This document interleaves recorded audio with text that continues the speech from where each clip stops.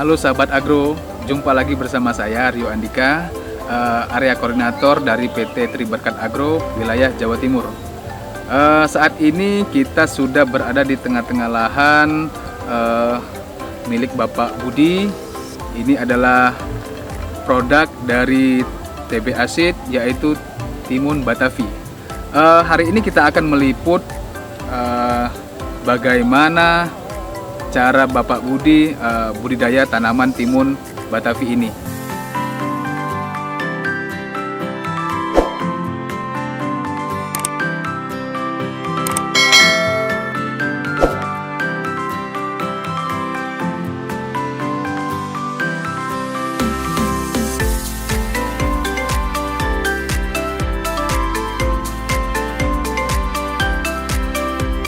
Oke, sekarang kita sudah berada di tengah-tengah lahan timun Bapak Budi dan sudah bersama petaninya. Oke, kita akan berkenalan dulu dengan petaninya. Oke, siapa Pak namanya Pak untuk perkenalan? Saya Bapak Budi dari Desa Pajaran, Poncokusumo, Oke, Kabupaten Malang, Jawa Timur. Kita akan berbincang-bincang sedikit untuk gimana pendapat Bapak Budi tentang tanaman timun Batavi ini. Gimana awal mula menanam timun Batavi ini? Monggo Pak.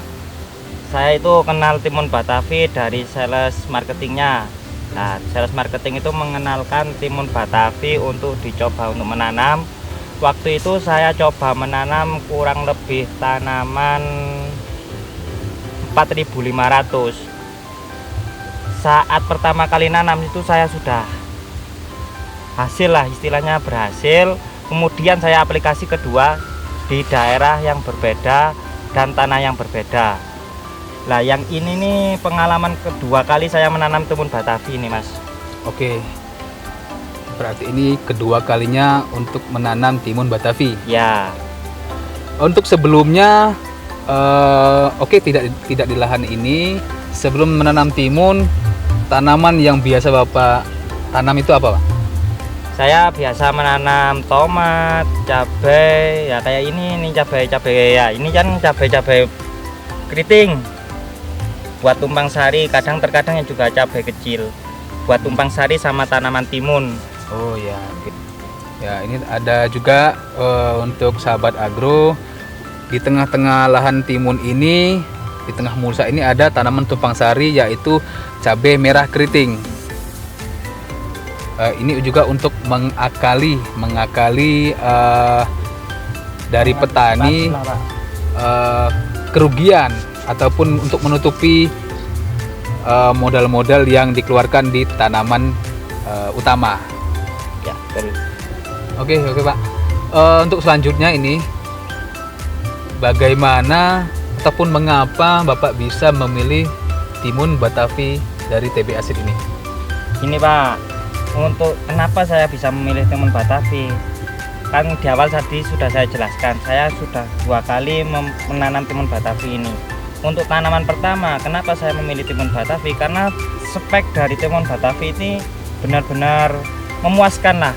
Selain timunnya lebat, buahnya terus juga tahan lama. Ketika kita memetik timun Batavi ini agak telat, dia itu gak pecah. Hijaunya tetap hijaunya bagus. Hijau tua ya. Hijau tua.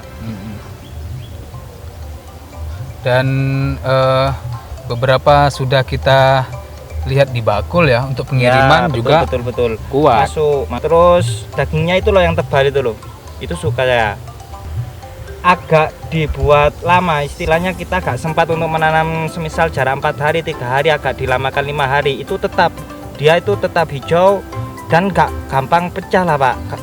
Ketika dia agak tua itu cuma ini ujung-ujungnya ini cuma rekat ini, itu baru kelihatan tua. Kalau belum rekat-rekat itu masih bagus, masih bisa ditahan. Oke, ini poinnya yang kita dapatkan dari argumennya Bapak Budi. Jadi ini semisal ditelatkan panen di 4-5 hari, dia masih hijau ya. Untuk buahnya juga dia masih keras. Terus Jika terlalu lama 5-7 hari tadi, ini akan seperti garis-garis retak gitu ya, Pak ya. Betul. Garis-garis retak itu berarti menandakan sudah tua. Benar-benar tua. Benar sudah. tua. Bro, berarti poinnya tanaman timun Batavi ini buahnya bisa ditahan panen di 4-5 hari. Itu argumen dari petani sendiri ya. Dari ketahanan dagingnya oke ya, pengiriman jadi juga oke, di pengepul juga tidak ada masalah. Bagaimana pendapat pembeli ataupun bakul mengenai timun Batavi ini? Jadi bakul atau tengkulak daerah sini juga pengecer-pengecer daerah pasar untuk pasar ya Mas ya. Lah yang timun dari produksi TBA Seed ini Batavi, maksud saya Batavi itu suka karena warna hijaunya itu loh Mas, sama dagingnya tebal. Jadi nggak ada komplain, malah menganjurkan untuk menanam Batavi kalau daerah sini Mas. Selain itu juga harganya ringan lah Mas menurut saya. Oh, harga benihnya? Iya, harga benihnya ringan daerah sini. Sebenarnya ini juga termasuk poinnya ya. Warna hijau itu mempengaruhi di pasar. Karena semisal pengecer ataupun penjual di pasar, misalnya barang tidak habis, itu masih bisa dijual besok ataupun lusa, warna tetap hijau. Itu intinya. Jadi itulah pengaruh warna hijau gelap pada timun Batavi. Pertanyaan selanjutnya, bagaimana trik ataupun cara mengelola untuk timun Batavi ini agar bisa tumbuh dengan baik dan hasil yang maksimal? Monggo Pak Budi. Untuk hasil yang maksimal khusus tanaman timun itu yang pertama itu treatment untuk pengolahan lahan Mas, treatment pengolahan lahan. Oke, yang pertama pengolahan lahan. Jadi kalau bisa untuk menanam timun itu lahannya baru lah, istilahnya baru diolah dengan jumlah pupuk kandang dan pupuk pupuk kandang sama pupuk dasar itu cukup mencukupi. Oke. Kayak timun itu kan masa panenan cepat. Terus tanamannya juga berbobot, yang dia butuhkan itu air, banyak airnya.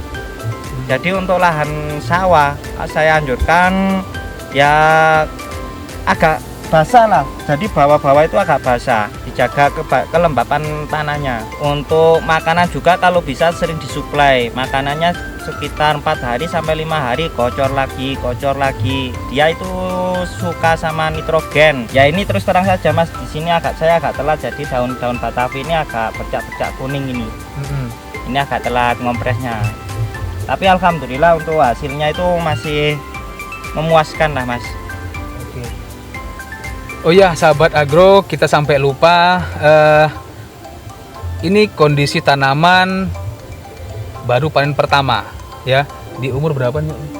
Sekitar 45 harian lah ini Mas. Sehari ini? Besok sama besok itu 45 hari besok. Sekarang 44 kan ini iya. sudah sore ya Mas.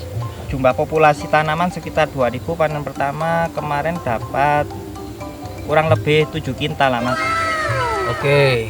Insya Allah besok itu kayaknya kalau 1 ton itu lebih, populasi 2000 Mas. Populasi 2000 pohon ya, dengan panen pertama di 7 kintal. Estimasi untuk panen kedua besok itu di 1 ton ke atas ya. Insya Allah. Oke, untuk selanjutnya yang terakhir kita berbincang-bincang pada sore hari ini, pesan dari Bapak Budi nih untuk petani timun dan juga petani-petani horti lainnya di seluruh Indonesia.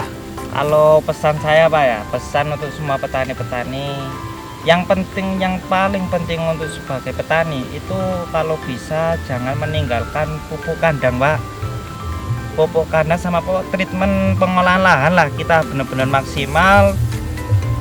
Juga diimbangi dengan pemilihan bibit yang pas, mana bibit-bibit yang pas untuk daerah kita. Terkadang daerah sana bagus, kita tanam daerah sendiri kurang bagus. Itu pengaruh sama jenis bibit yang harus kita tanam. Lah untuk ketinggian 400 sama 500 saya menganjurkan untuk nanam Batavi lah kalau untuk musim-musim ini. Oke, sahabat agro, sangat menarik perbincangan kita sore hari ini dengan Bapak Budi, pemilik lahan timun Batavi ini. beberapa poin yang kita dapat ataupun ilmu yang kita dapat akan kita sharing. Yang pertama dari pengolahan lahan yang utama maupun tanaman apa, jenisnya apa, pengolahan lahan yang utama. Yang kedua adalah makanan, pupuk kandang ataupun nutrisi dari daun itu juga sangat penting karena mempengaruhi vigor ataupun kesehatan tanaman. Yang ketiga, pemilihan jenis bibit. Pemilihan jenis bibit yang tepat itu mempengaruhi hasil panen. Jadi untuk Bapak Budi yang sudah 2 kali menanam timun Batavi ini di ketinggian 400 mdpl di Desa Pajaran, Kecamatan Ponjokusumo, Kabupaten Malang, Jawa Timur, dia merekomendasikan timun Batavi untuk di wilayah menengah. Itu poin-poin yang kita dapat dari Bapak Budi ya. Jangan lupa saksikan video-video kami yang selanjutnya. Oke, terima kasih Pak Budi. Ya. Kami mohon pamit dari PT Triberkat Agro, mengucapkan terima kasih dan memohon juga maaf bila ada salah.